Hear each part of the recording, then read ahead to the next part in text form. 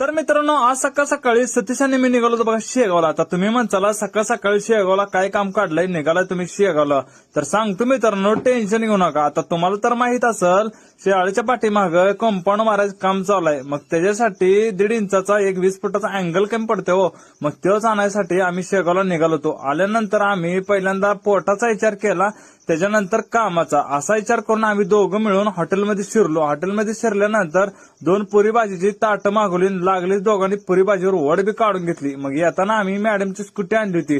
मग मॅडम म्हणल्या होत्या येताना तेवढी टाकी तेलानं फुल करून आणा, म्हणून आम्ही तेलाची टाकी फुल केली आणि ज्या दुकानात आम्हाला अँगल घ्यायचं होतं त्या दुकानात आलो. आता इकडं सगळीकडे बघत तिकडे अँगलच दिसत होतं, पण आपल्याला ह्यातला 1.5 इंचीचा 20 फुटाचा एकच अँगल घ्यायचा होता. मग आम्ही एवढा मोठा कसा न्यायचा म्हणून 2 भाग कट करून घेतलं 10 फुटाचं आणि निघालो